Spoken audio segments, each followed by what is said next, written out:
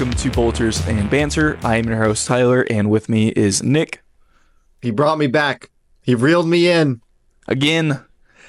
I'm not escaping. If you are new here, we are a Warhammer 40k podcast. Our videos range pretty significantly. But today, we kind of have a big math episode. I've been in the kitchen. I've been stirring it up. We've been cooking. I had like a severe anxiety attack doing some of this math. Okay. Sources are hard to find. I will say, yeah, the lore is inconsistent. Sources are hard to find. Now, I was talking about real life sources, but sure, that too. That's fair. Now, why did we do all this math? What's with the research? What's with the vibe? What's the math for, right? So in today's episode, we are trying to make a lore-accurate Space Marine datasheet. Now, a couple of caveats to this. Okay, one, this is not to stack up against other datasheets. Okay, we're not saying that we make let's say our Space Marine lore-accurate datasheet's got 18 wounds. Just throwing that out there. It's not 18 wounds, but it's not with the idea of going up against other data sheets like a Chimera. This is its own standalone. We just want to see what lore would look like in the tabletop. We will go through our frame of reference for this in a bit, and I also want to address the point of lore accurate. Anyone who's been in the hobby as long as I have knows that the lore is very inconsistent. I mean, the lore can't even agree as to what a las gun even fires. So we are taking that variance and trying to whittle down to a couple key sources, mainly codexes, but we are going to be trying to lean on some novels. But as you know, what a Space Marine can do in a Mike Brooks novel is different than what it can do in a Aaron Dembski Bowden novel, which is different than what it can do in a Matt Ward novel. So we're also trying to stay away from, excerpts where it's like, oh, this Space Marine got a 2-foot hole in his chest and still beat an orc to death. We're trying to, stay more generic than that. Yeah, novels are written about the extraordinary characters. We're going based on the information that's in sources of generically what Space Marines can do. Yep. With those caveats out of the way, those disclaimers, I think we should get into how we figured all this out. Yeah, and now, Tyler, you mentioned that we're not going to stack this against datasheets, but we do need a reference for what a Warhammer datasheet looks like and what to compare it to. So, for our reference, we have gone to the most humblest of humble, the basic Cadian shock troops. So, this reference represents your just a normal dude, normal baseline human, 6'4", pretty peak physique, out there with a las gun. This is what we're basing everything off of. So our Arcadian shock troops, they have a movement of 6 inches. Toughness is 3. A save is a 5 up. They only have 1 wound. Leadership 7 and OC 2. For the purposes of this video, we are not looking into OC as that's really more of a gameplay mechanic. Yeah, we will be talking about the leadership score, but we're not going to be talking about OC because objective control is such a weird thing, not only in terms of like actual like combat scenarios of when do you actually control this area. That's a very large part of how force projection works in combat, and so we are going to skip right past that because we are both too dumb. Yep. It's not worth it. So let's compare this to our current Space Marine data sheet real quick, right? Mm-hmm. Movement is the same. This implies that a Space Marine, a Primera Space Marine, in the same amount of combat time-wise is moving the same distance as a normal guy. Okay, right off the bat, that's a little weird. Toughness, we're only 1 higher. You're comparing. What's Cadian flak armor made of? Plasteel? Well, that's an armor save. That's different. We're talking for toughness. We're talking like a human body with bones and muscle and with a certain amount of strength to resist kinetic damage and to not have like a round just, obliterate you on impact before it even hits your armor.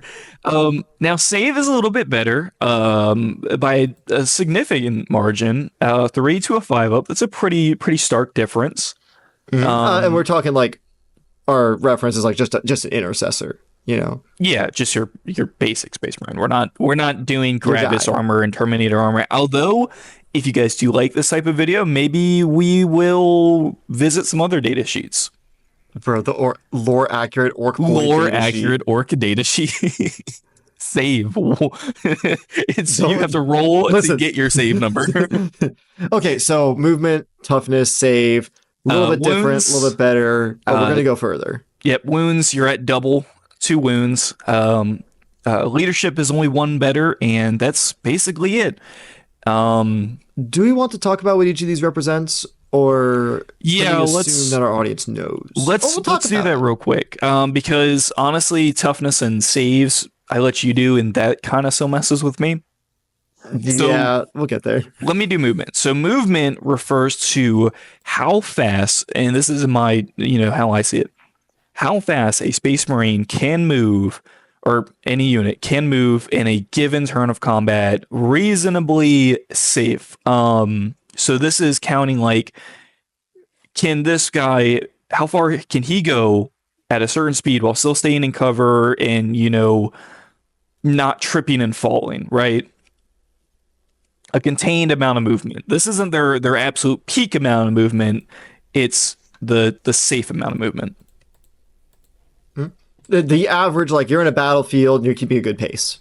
Yeah, and the reason why I say this is not like all out like top movement is like with guardsmen, right? They can do move, where their move actually gets faster. I assume that's like with them at a full combat sprint.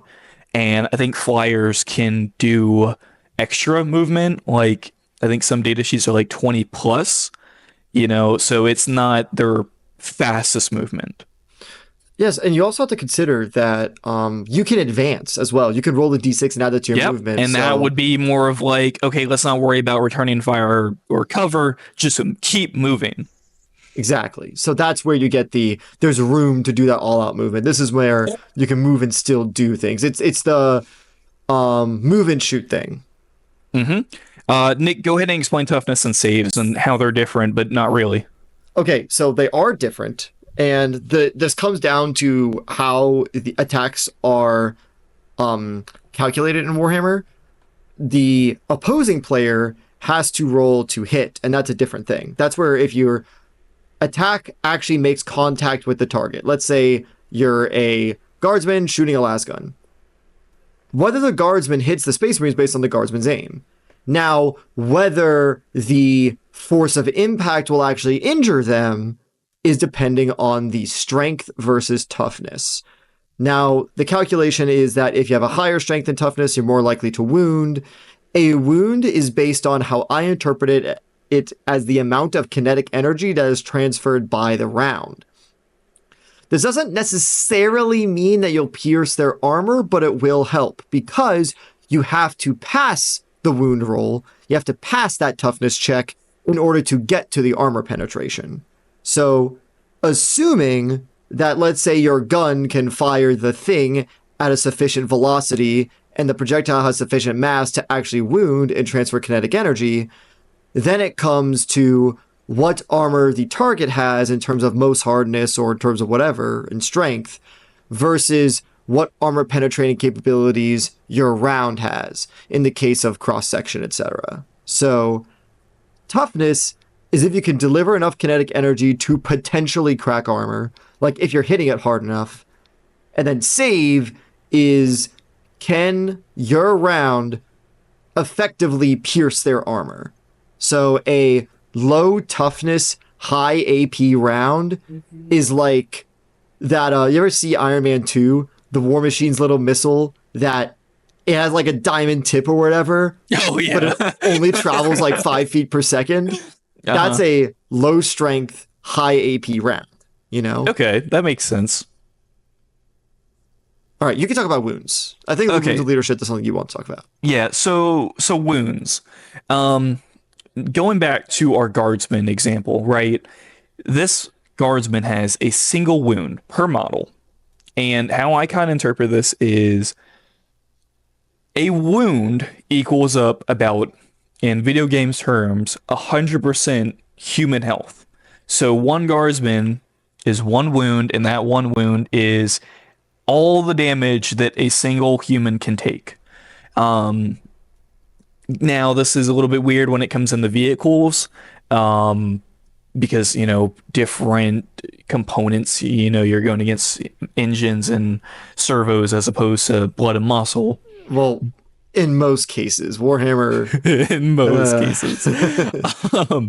But basically, for this example, each wound is the full health of a single regular person. We are not counting in infections or like shock.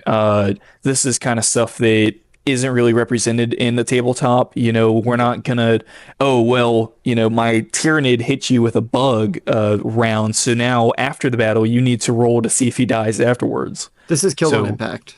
Yeah, this is killed in action on the field, like instant death. Yep. So leadership. Leadership's pretty self-explanatory. This is, can your guy follow orders, or is he going to get distracted? It's not so much of like cowardice, but it can also be like, they want to go do something different. Yeah, I view it as unit cohesion because I noticed that's good. Cadian shock troops and orcs both have the same leadership of 7-up. Orcs are not afraid of fights. They won't break leadership because they're scared. They'll break leadership because they're a rabble of dudes who want to fight and will just ignore their boss. And then, on the same note, guardsmen being the same, they aren't going to do that, but at the same time, they're more likely to be like, oh shit, I don't want to fight this Turvagon. Exactly. Yeah, they're ready to hunker down, defend, rather than like going to the objective. So it's generic like unit cohesion and like strategic, keeping a cool head. Yeah, that it's composure. Yeah. I think that's it. Are we ready to get into the math hammer? Let's dive into it. Tyler, what is movement? How do we adjust this to be lore accurate? Okay. So using our Cadian shock troops as an example, they move 6 inches. Now, this is kind of hard to use for math, right? Because this isn't their top movement.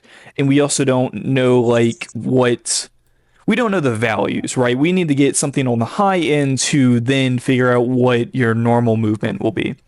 Thankfully, Cadians can move. They have the move order, right? I see this as a Cadian at full sprint, your normal guy, full sprint. So when that happens, they have a move factor of 9 inches, okay? And with it being at 9 inches, this represents top full speed, no holding back, okay? We need to get this into a real life factor, first off. Now, how I did that is generally 40K is 64 scale. Generally, some things are a little bit different, but we're using 64 for this reference. So what we do is we multiply 9 by 64. This gives us 576 inches. In real life, dividing that by 12, that's 48 feet. So what this means, just to make it simple, is in a movement turn of 40K, a normal guardsman at full sprint can sprint 48 feet in the amount of time that he has. However long a movement phase is. Now I need to find out how long a actual movement phase is so we can compare this to a Space Marine. And that's pretty simple. So what we're doing is we're just trying to see, average human sprint speed in real life, which I got like 15 miles an hour. Yep, that's not sounds about Olympic right. levels, but most people who are like physically fit, not necessarily physically active, but like decent, and we are talking soldiers here, 15 miles per hour is a pretty safe bet. Yeah. So now all we have to do, just divide this. Well, first off, so we need to see how far they can cover 48 feet going at 50 miles an hour, which you get 2.2 seconds. So I'm kind of taking a movement phase to be 2.2 seconds, which does sound a little weird. But That means I'm just going by the math on this, okay? yeah, that means like most 40k battles Are at least like are like 30 5 minutes. seconds. Right. So now we need to see what a space marine can do, right? From what I have kind of seen, a space marine's top speed is anywhere from, I've seen people say it's like 60 miles an hour, which is pretty ridiculous, to it being like 20, which is really kind of slow. But for the most part, I see 45 coming up quite a bit. So I'm going to say that a space marine at full sprint can sprint at a speed of 45 miles an hour. And now That about scales with them being like between 7 and 8 feet tall, depending if you're Primaris or not. what's up? That scales with being like between 7.5 and 8 feet tall. Yeah, you have a depending on lot Primaris or longer not. stride. You also have, the extra heart, the extra lung. You can sprint pretty damn fast and all that muscle mass. Yeah. So, at 45 miles an hour, sprinting for 2.2 seconds, they can cover 145 feet of distance as opposed to 48, God! which is pretty significant. So, first off, we need to tune this down some because this is at full sprint. And like we said before, most of these units are not operating at their full capacity. Now, 6 inches as opposed to 9 inches is only 60% of its movement. So we're going to say that a Space Marine would be moving at 60% of its peak capacity, which gives us 97 feet for a Space Marine, and if you're curious, 32 for a Guardsman. I think Now, I think you've just discovered that the 48 to 145 ratio is the same as the 32 to 97 ratio because it's still 60% of both. yeah. So, anyways, are you ready to hear what 97 feet would be on the tabletop? Go for it. We're looking at, for a Space Marine, moving not at its full capacity, just, what we're like a combat pace. We're looking at 18 inches for a lore accurate Space Marine datasheet. So you mean like a biker plus a 6-inch advance? Yeah. Now, like we said before, this doesn't work with a tabletop. We're not trying to make it work with a tabletop. We're trying to see how far off base everything is. And yeah, so far, Space Marines moving 3 times faster than humans. Yep. Which Ooh. does sound really accurate.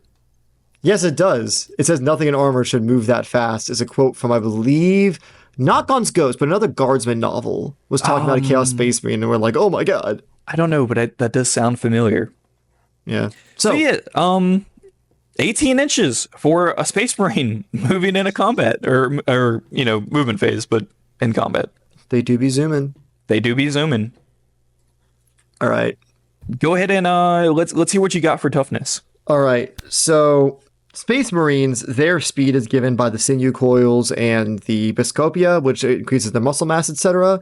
I found that for toughness, we are trying to look at how much force the Space Marine can take without like staggering or being wounded. So this will help because this is basically the strength versus toughness roll called the wound roll is a prerequisite to the armor penetration. And so I find that speed of a projectile and kinetic energy of a projectile is needed to induce armor penetration. So I found that using kinetic energy as a measurement for how tough a Space Marine is would probably be the most consistent with what role the wound roll has in the game, And so I looked at some of the sources we have for what makes a Space Marine tough, what makes them able to take a hit. The Osmodula and Black Carapace give them basically a reinforced bones and gives them a hardened suit of like Neuralink stuff right below their skin. They have a multi-lung and retainer heart to pump oxygen into the muscle cells so they can have more strength output. And they can stay awake for a very, very long time. So these are tough dudes. So what I did is I figured that in Tabletop, wound rolls are calculated as a strength versus toughness ratio. If a weapon's strength is equal to the target's toughness, it will wound them 50% of the time on a 4-up. I'd argue that means that would either stagger or basically quote-unquote take down a Space Marine half the time, kind of like an LD50. Okay. So all I gotta do is figure out-ish, like, what the strength of, let's say, a lasgun is. Problem, we have no good sources for that. No one can agree what that is, and lasguns are effectively massless because they're light. So instead... real quick, so if you're new to, like, 40k lore, there's parts where, like, a guardsman will take 3 las shots and be totally fine, and then you also have, like, Space Marines dying to simple lasgun rounds. So, yeah, like he said, it's all over the place. Exactly. So... I'm going to use the bolter instead because the bolter is a ballistic projectile with size measurements, and I think that would be a good estimate for how much kinetic energy can be transferred.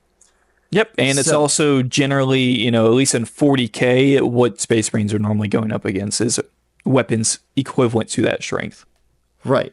So we don't know the mass of a Godwin pattern bolt round, and even though the Warhammer 3rd Edition Codex says that bolt rounds have a deuterium core. Deuterium is a gas. It's hydrogen too. And I guess that's the explodey part because bolt rounds, the way they work is they hit the target. They're fired from the gun. They then have a gyrojet basically that makes them rocket towards the enemy. Then they hit the enemy and like a fraction of a second later they explode. So a bolt round has propellant to take it out of the bolt, out of the firing chamber. The bolt gun. Yeah, out of the firing chamber. Then there's the main propellant, which actually rockets it forward. Then there's the explodey part when it's in you, and I think that's what the deuterium is meant to be. It's basically just leftover hydrogen from fusion reactions. Because I think if you're the Imperium of Man and you use fusion reactors, I think you have quite a bit you're sitting on. Yeah, there's a lot of fusion reactors, and so if you have hydrogen 2 that's not gonna go fusion anymore, you might as well use it and just blow it up. So I'm guessing that's a flammable explosion part. So this also means that bolt rounds shouldn't actually be super heavy, because if you have like some compressed gas, maybe some like liquid oxygen rocket fuel, and then it's not completely solid either.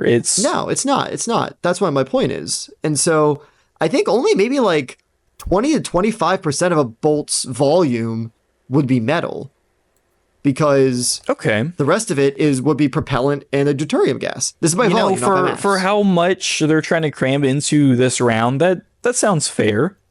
Yeah. So the actual metal itself, and we're going to assume that like the mass reactive detonator and diamantine tip are about equivalent to the rest of the metal.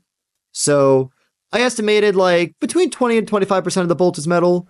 40 to 50% is propellant, and the 25 to 40% is deuterium gas by like volume of the shell. Now, how big is a bolt? Well, here's the thing. Conflicting sources. The Rogue Trader rulebook says 75 caliber. The Space Marine 1 game says 998 caliber. The Rogue Trader rulebook is meant for humans, not Space Marines. I think that's how I'm interpreting it. So I'm going to assume we're using 998. I did some volume calculations. I broke down those percentages. I'm going to skip through all that math. I got that a bolt round weighs around 7 ounces or 200 grams. Okay. Hang on. I need to see what weighs 7 ounces. I'm bad with numbers. Okay. A cup of dry cornflake cereal. Okay. To put this into perspective, I can put that in perspective. Yeah, to put this into perspective, 200 grams would be like 200, I think grains of a bullet is like centigrams or something. I'm not sure. This is chunky. This is almost half a pound. Oh, okay. That's a lot easier to put in the Yeah. reference. Now, let's talk about how fast this thing is going. Well, the Bushmaster cannon that's put on the Bradley fighting vehicle is a 25 Ooh. millimeter cannon, and 25 millimeters around 998. So I'm gonna assume that a cannon like that can fire a projectile like with that amount of propellant to like 1100 meters per second. I think that's fair. So 200 grams traveling at 1100 meters per second. That is 121,000 joules of energy. That's a lot of joules. For reference, 556 NATO has 1800. What was the previous number? 121,000. We're looking That's at a sizable increase. like 80 to 90 times the kinetic energy. So, let's talk dice. All right? We're looking How at do we that put this on a 50%. D6? We're looking at a 50% stagger ratio. Now, in lore, Space Marines are able to take multiple bolt rounds before they go down. During the Horus Heresy, there are many times where, like, let's say Karn, for instance, in Betrayer, or Jagatai, who still wears, I believe he still wears Ceramite, in Warhawk, they feel bolt rounds coming off their armor and it hurts, but they're not staggered. It's like they come off their pauldron or their chest plate or something. And the ceramite cracks a little bit, but it holds, but that's an armor thing. Point is, they don't stagger. So I would say... You also have to take into account that Space Marine bolts were never meant to kill other Space Marines either. It's not meant to go against armor for the most part. Correct. And so we'll get to that when we talk about saves. Okay. Now, I would say we need the equivalent of about 8 bolt rounds at once to like stagger a Space Marine at least half the time. You know, that's enough where, okay, they're going to be hurting, which is about 968,000 joules. So let's be conservative. Let's say that 950,000 joules of kinetic energy at once would stagger a Space Marine 50% of the time. Okay. Okay. Let's get a range. I didn't go too far into this math because we have bolt round specifics. We have the Lehman Russ battle cannon specifics, which is a 120 millimeter smoothbore. And there is a cannon that exists with 125 by, I think, 510 millimeter NATO. And that has 24 million joules. So 24 times our limit. Holy shit. So Okay. it's not strength 4 because that's not enough. And it's not strength 10 because that would be too much. So somewhere in between. Okay. We don't have any specifics on energy weapons like Melta or Plasma. We don't have anything for the autocannons or for the Gatling cannons. So what I'm going to say is I'm going to propose Toughness 8. This would Okay. allow bolt rounds to only have a 1 in 6 chance to stagger. Kind of makes sense.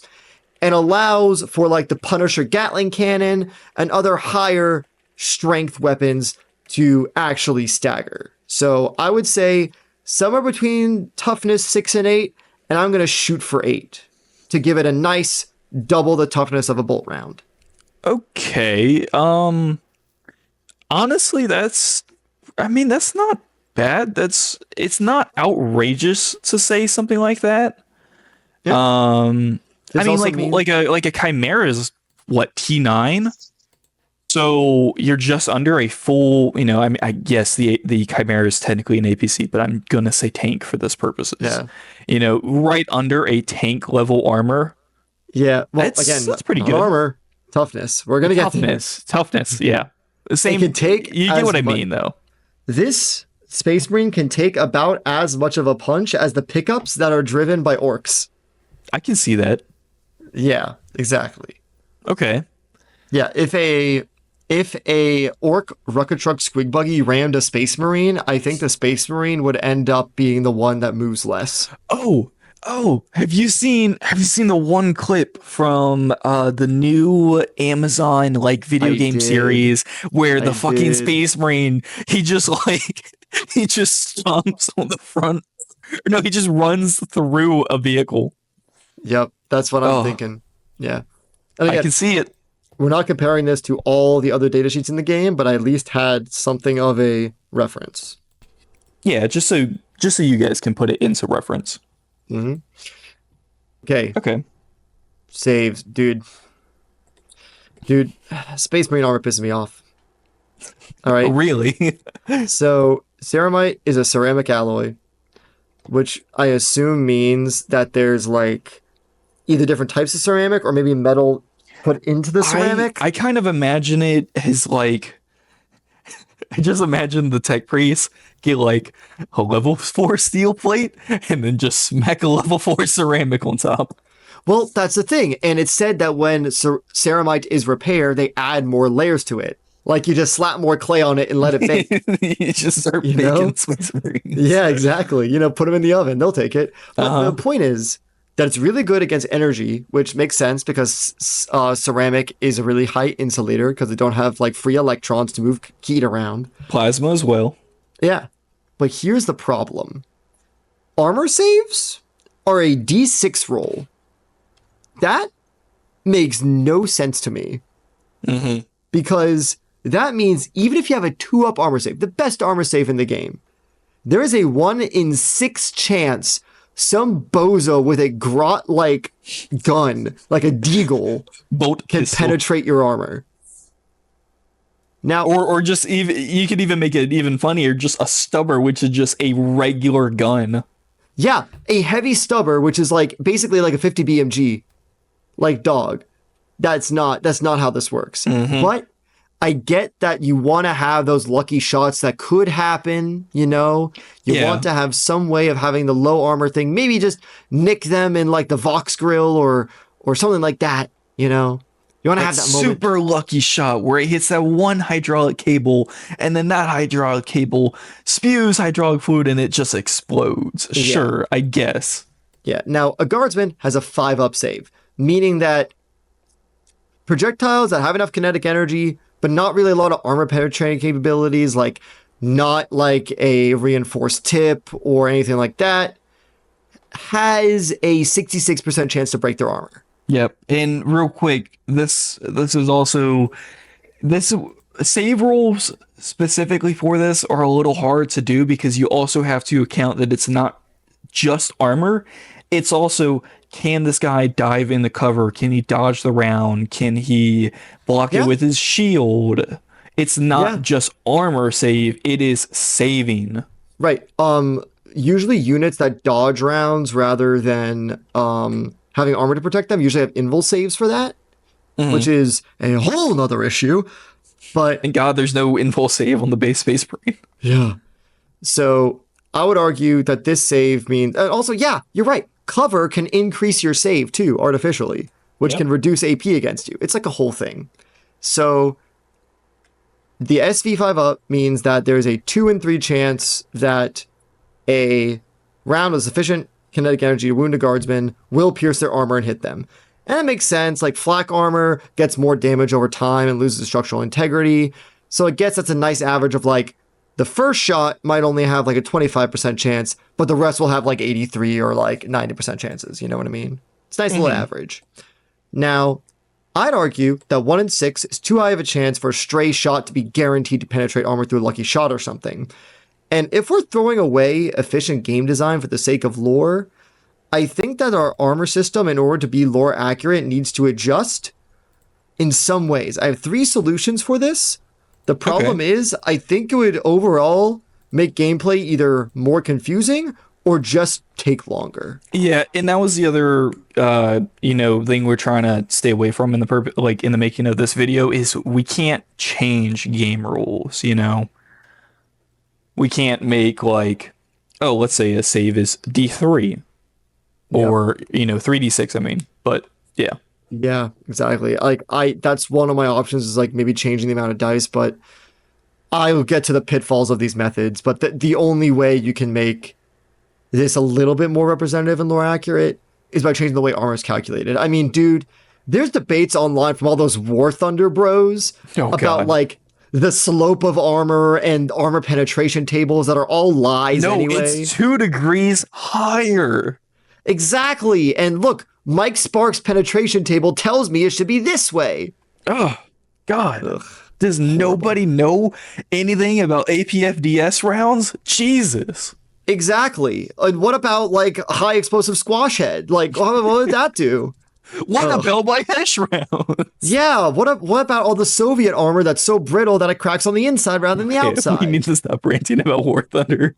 All right. Point is, here's three options that I think might help with this. And if we can't do that, just give him a 2 up, basically. Yeah, the right. answer is 2, but let's hear what you were coming up Okay, with. 1. My first idea, armor thresholds. So, according to one of my super mega boomer friends, I think it was Warhammer he was talking about, maybe it was Bolt Action. If your AP is not high enough for someone's armor, you just cannot make a AP roll against them. If their armor is rated to a certain degree, like let's say AP2, if you do not have 2 armor penetration points, they will just auto pass their saves. You need a minimum AP in order to do the AP and save thing. This will prevent any shot below from penetrating the armor. I actually like that because if you were to put this into the tabletop, that would mean, you can't just throw anything at a vehicle and hope it kills. You have to specifically use your anti-tank units, and I like that. Right. No matter in real what, life, sorry to interrupt you again, but Yeah. in real life, you're not gonna send just a normal squad of guys with no anti-tank weapons against, say an Abrams and hope they can take it out. Right. No matter what, if your bullet is round and made of copper, if you shoot that thing at a tungsten cube layered with ceramic, it will not work. It will squish because the hardness of the bullet is not as hard as what it is hitting. Now, I like that. yeah. Problem? You don't get those 1 in a million shots. You don't get that chance that your guardsman hits its las gun just right in the Space Marine's lens. And that's one of the best parts about a tabletop dice-based game is that 1 in a million roll. Yeah, the storytelling aspect of Warhammer would suffer for it. It would make it more lore accurate, where guardsmen just shoot their las guns at the Marine, like that dude from Astartes who just takes Oh a god, bunch of I las love that fire scene. and then just plasma guns him. It would make the game slightly less fun in that regard, and that means that AP0 would be basically useless against most things in the game. So, alas. All right. Second option. Maybe adding damage types. So, I played Dungeons and Dragons, and different creatures have different resistances, immunities, or vulnerabilities to I different play damage D&D types. and I still don't understand D&D damage types. That's okay. So you know how in modern Warhammer we have the anti-keyword for rune rules, which tells you that no matter what, if your opponent has this keyword, you will wound them at this number, like anti-vehicle 3-up. You know what I mean? Yeah. I think we apply that to the armor roll, where defenders have a proof keyword for certain weapons. Like Ceramite, for instance, is particularly good against energy and heat weapons. So maybe a las proof and melta proof keyword with an AP value attached would work. Okay. I don't know about Melta because we don't understand how Melta works, but it's kind of like an anti-tank weapon. It's just a cone of melta is a cone of hot. I know, but anyways, move on. Continuing. The lore says it's anti-tank because most tanks are made of metal. That's the only reason it works. I suppose. So, for example, las proof 2 would mean las weapons always have their AP reduced by 2 when hitting this target. So if you have high enough AP, you will crack through. But if you're AP1 las gun, you're still only going to be trying to get a 2 up. You know what I mean? So this would make your normalized weapons practically worthless, but hot shots starting to get close. Exactly, and that also means only las weapons do this. But ballistic weapons with AP1 will actually have their intended effect. You know what I mean? Okay. And psychic attacks, they just do their thing because psychic attacks are nonsense. So I think this would mean that there's it's a modification to the threshold system, but it still allows that lucky shot and allows for AP to be more granular, where different types of armor are good against different things. So that means that vehicles might be really good against ballistic stuff, but suck against heat-based things. That makes sense to me. But problem. The pitfall of this is that you need to relabel weapons with specific types, where every weapon needs like las, GW doing work? yeah, las, plasma, melta, ballistic, pulse, whatever. You know? And yes, the railgun would be ballistic. So Fight me. exactly. Now, we already have the psychic keyword, so like we already have a keyword that exists for no reason other than to queue off other rules, because psychic actually does nothing. So maybe we play off that and make psychic like kind of useful, or we add like those damage types that don't do anything but just queue off other rules. And as You know long what? I as do like there's- that because what would be like a psychic entity? Maybe like a anything Catan, work the related, one- like demons. Oh yeah, like just a straight up like greater demon could maybe only take psychic damage. I mean, that would make it's interesting to think about, but I know it wouldn't work. But I do Yeah, like maybe it has like ballistic proof or something. I don't know, man. I But see it what you has mean. invul save. And that, listen, man, invul saves are invul saves. Mm. But yeah, another problem is that metagamers will find the type of damage with the least resistances and spec to that. Like in Dungeons and Dragons, everyone and their mother just scrounges and scrambles for force damage because there's only one creature that even has a chance of being resistant or immune to force damage.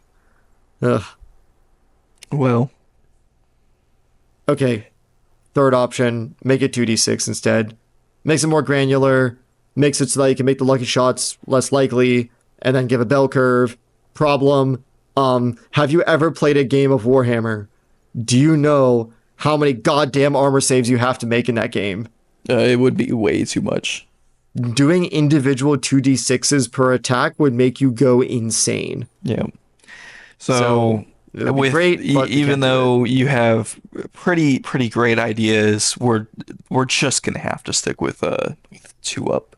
We just have to do it 2-up for now until they change the way armor works to make it more lore accurate. But honestly, in terms of game design, you know, whatever.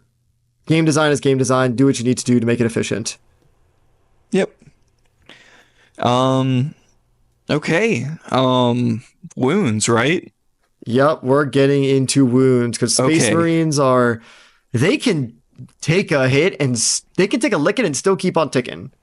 So first off, this section killed me. Um, there's one like okay, so we have show notes, right? And there's just one part that's just mad ramblings. Like Nick, it's 5:30 in the morning. Please don't delete any of this. I promise I'll figure it out tomorrow. Yep. See, I organized mine effectively. You're just like, but holy shit, finding sources for this is hard. I'll explain later. It's 5:31 a.m. Need to either find sources used for this or supports this, or find similar breakdown. See, I interpreted that as breakdown of sources, but you could also say breakdown of your brain. It would both work. So, anyways, back on topic. Okay. For, as we mentioned before, one wound equals one human, life, total of damage, all that, right? It equals it equals the cheapest currency in the Imperium, a human A life. human life, right? So we need to kind of break down this wound, like what goes into this wound, okay? Because it can't just be 100% health because, we're not working with 100% health. We're working with 2 hearts and 3 lungs and all that. We need to see what are the most likely areas, that a human would die from, what type of injuries, and then see how a space marine would differ taking those injuries. Yeah, because their blood like clots immediately and then scars, and they can inject themselves with like stims in their brain to. But it's- a headshot is going to kill both a normal guardsman and an unhelmed space marine equally, for the most part. So, here's how I did this. I was trying to find KIA statistics. specifically like medical terminology of the type of injury, was inflicted to cause this. Now, it sounds easy to get statistics like this, but I had a hell of a hard time because I kept getting like, it was weird. It was like I was getting type of injuries that could have been prevented because, obviously, the military and medical institutes are going to be interested in what is more preventable. Like if you just look up, the most common. Hey, it's Tyler from the future. The audio cuts out for some reason, but insert something about hemorrhaging. Just keep the blood inside the body. Although, if there's nothing you can do against a headshot, right? So I found this one source, and it was from, I think, a PowerPoint presentation because God does the Army love PowerPoints for Yeah, brother. for I combat love medics. PowerPoints. Now, I don't really have much supporting evidence for this. I'll link this PowerPoint if y'all want to go take a look at it. It seems pretty pretty plausible. I just can't find the numbers to back up this. But anyways, I have Talis put on screen. Yeah, Blood put freaking links to militaryhealth.bmj.com into the show notes. Dude got his sources cited. I was trying to cite my sources, but oh my god, it was hard. Please do not crucify me for this too much. So, if you're looking on screen, we have penetrating head trauma, surgically uncorrectable torso trauma, we got hemorrhaging, mutilating blast trauma, all that stuff. This is looking at KIA specific deaths and breaking that down into 31% died from a head wound from either fragmentation or a gunshot, whereas 9 died on the battlefield from extreme blood loss. Okay. And keep in mind, we are looking at the KIA on the battlefield stuff, as we said before. We're not looking at secondary. So the death of wounds, the DOW 12%, we're excluding that because that's not represented in the tabletop. Okay, so moving on, we got to break this down, group it up because we're not working with this many percentages. So I broke it down, and what I got was head/neurological trauma. This is going to be headshot wounds, spinal column damage, kind of shock, but we're not really gonna, like we said before, we're not gonna count that. 36%. So 36% of your Cadians will die from a headshot wound is basically kind of how I'm doing this. 41% for torso and internal trauma. This is like, damage to a vital organ, severe chest hemorrhaging, stuff like that.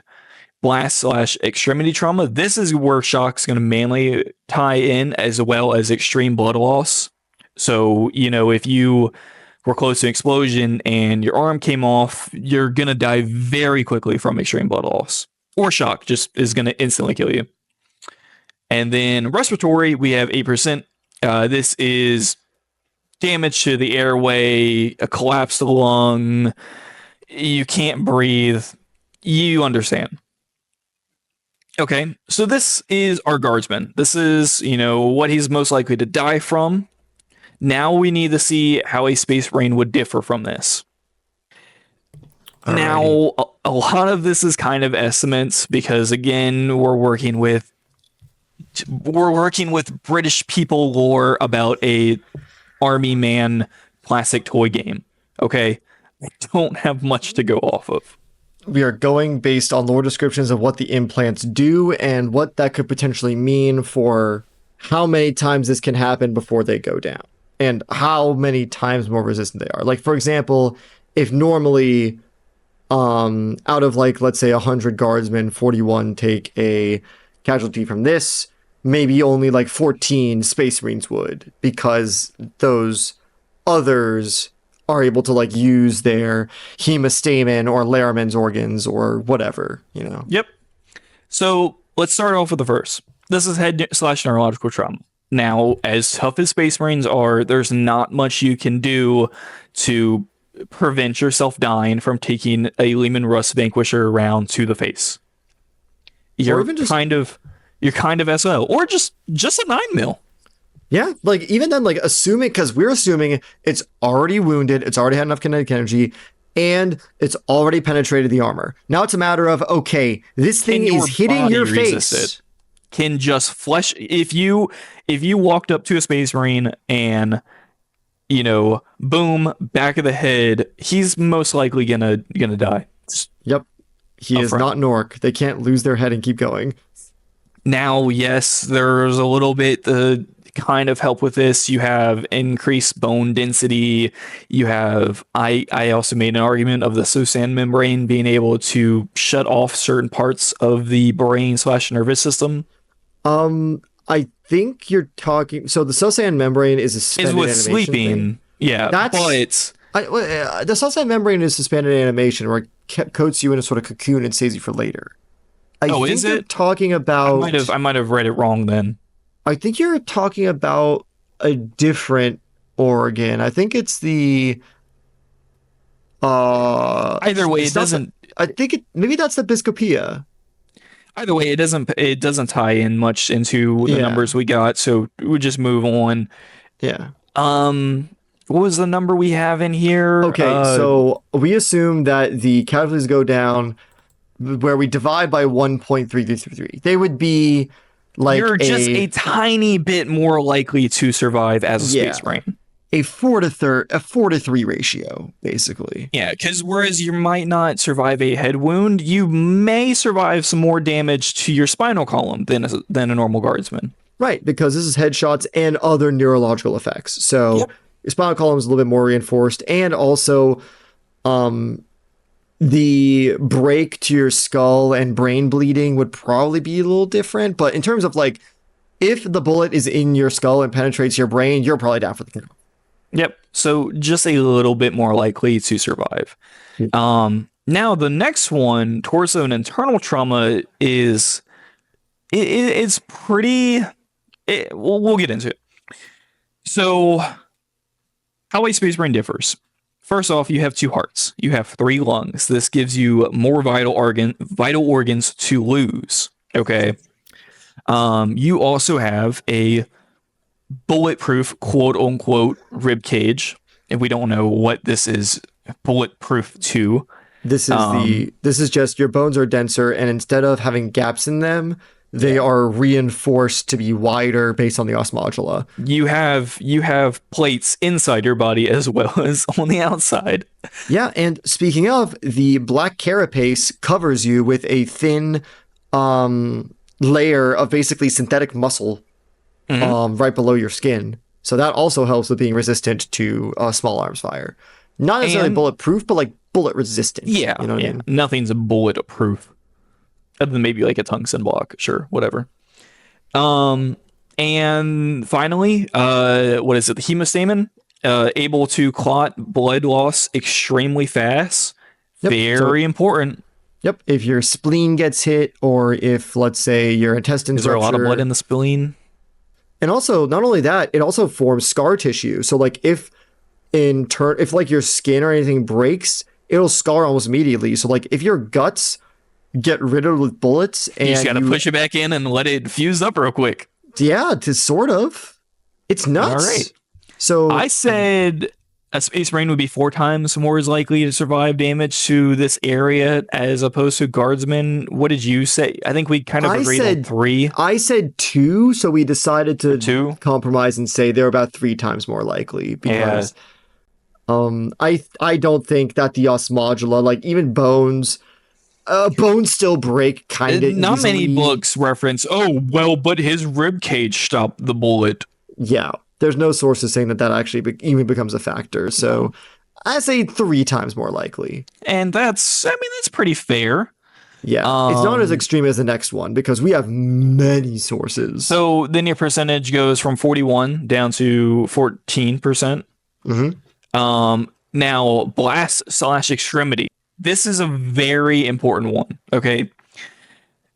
A Space Marine can get his arm blown off. It will most likely clot within let me throw a number, 30 Few seconds.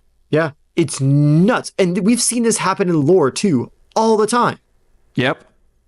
And once that happens, they're still in the fight. They can still fight. I mean, if they lose a leg, maybe it's going to be a little bit harder, but they're not likely to die from extremity blood loss as much. Or shock, because I don't even think shock they can die from, if I'm going to be honest. Yeah, I don't think so either. So how much more likely did we say they would survive extremity? Was it 4? We divided by 4. I almost said 5, but let's be conservative and say 4. Yeah, I think 4 is pretty fair.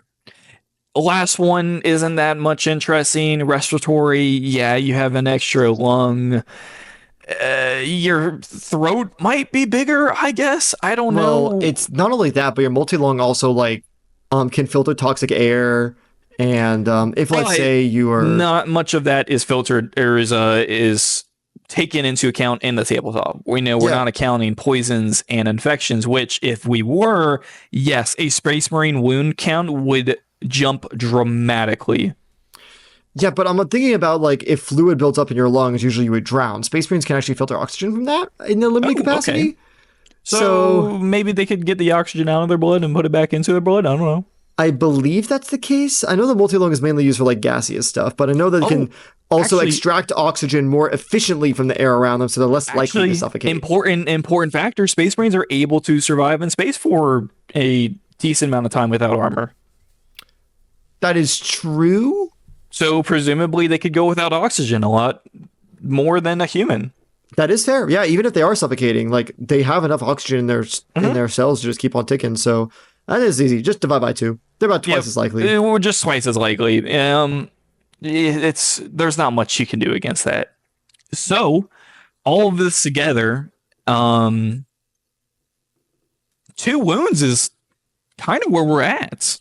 Yeah, reduces to about 52% decrease, and like, yeah, you could make an argument for 3 because it is getting lower, but 2 to 3, I'm honestly just gonna say 2. 2 wounds is pretty lore accurate. Like it already takes a lot to kill a human being, believe it or not. So doubling that amount, like, yeah, makes sense. And you're not this isn't factoring in tank armor on your body. Yeah, that's where most Space Marines, take their damages on their armor. It's not.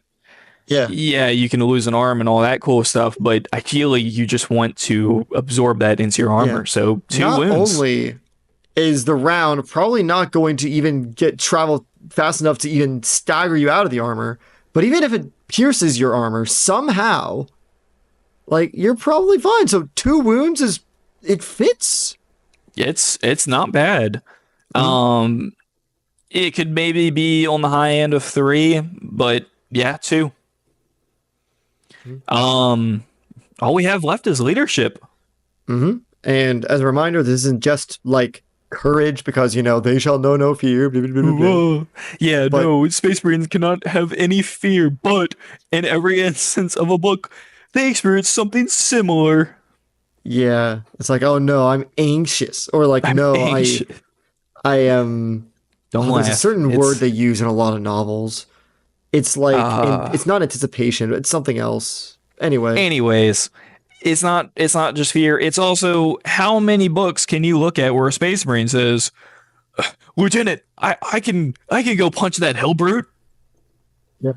There's Space Marines, even though their training regimens are incredible, they have near photographic memory and they undergo intense psycho conditioning to know no fear.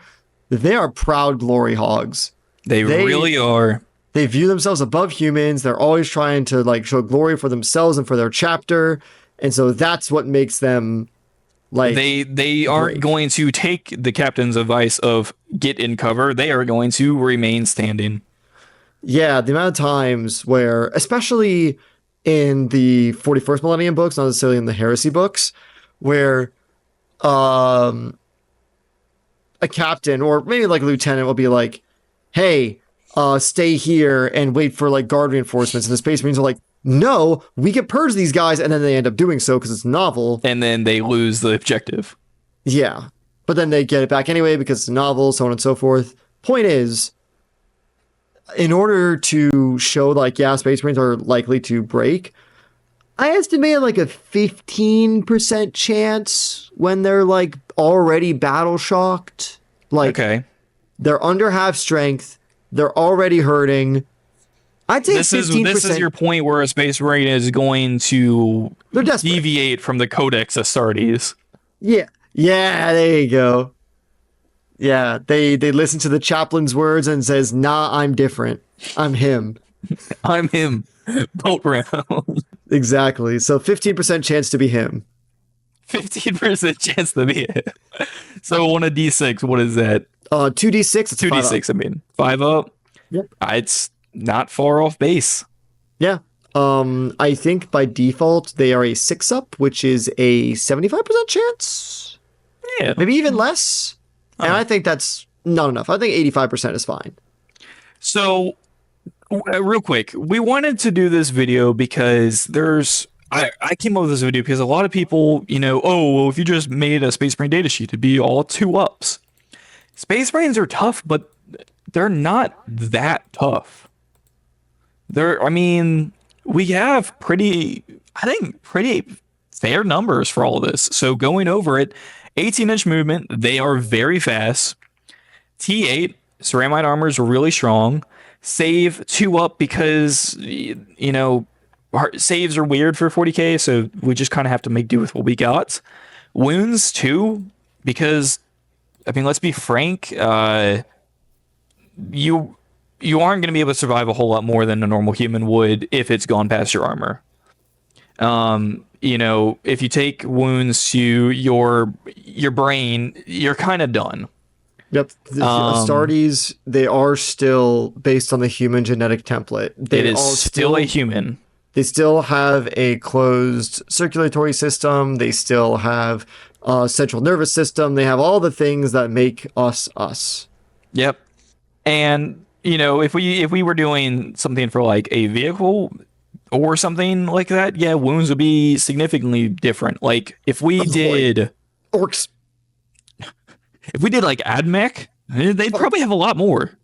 Let me have a lot more please. Wounds, a lot less armor. Please just let me have my Orc Boy data sheet. If you guys like this video, maybe we'll do orcs. Dog. Awesome plug. Dude, it would either be 4 or 5 wounds. I can almost guarantee. Orcs are nuts with what they can survive. Anyways, last sub leadership 5 up, and we have our lore accurate Space Marine datasheet. All right, let's recap. All right, movement. That was the recap. I just did the recap. 18 inches, T8, 2 up. I just said all this. This was the recap. I'm going insane. Fine, you recap too.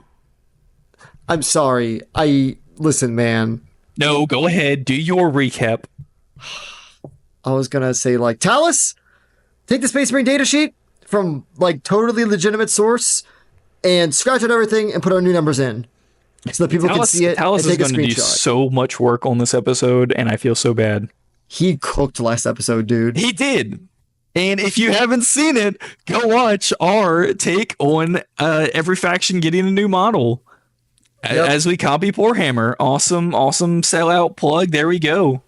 Yep. Go to our last episode. Go to this episode. Make sure you're nice to Talis in the comments. If you aren't, we can finally pay him because of ads. And I'm sorry you guys do have to watch ads, but it does help out the channel.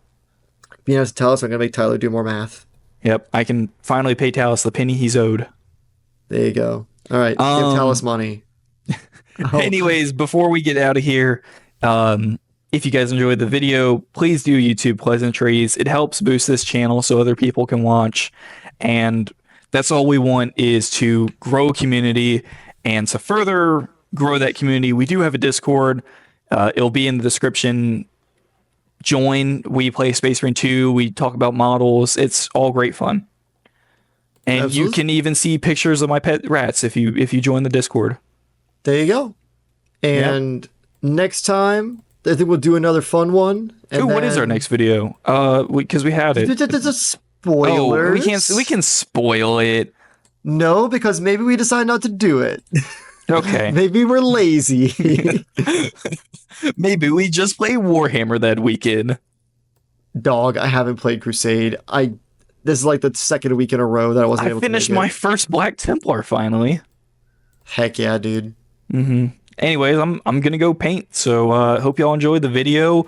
Let us know if you guys disagree with any of this stuff, and make sure you paint your models. All right, see you guys later. Peace.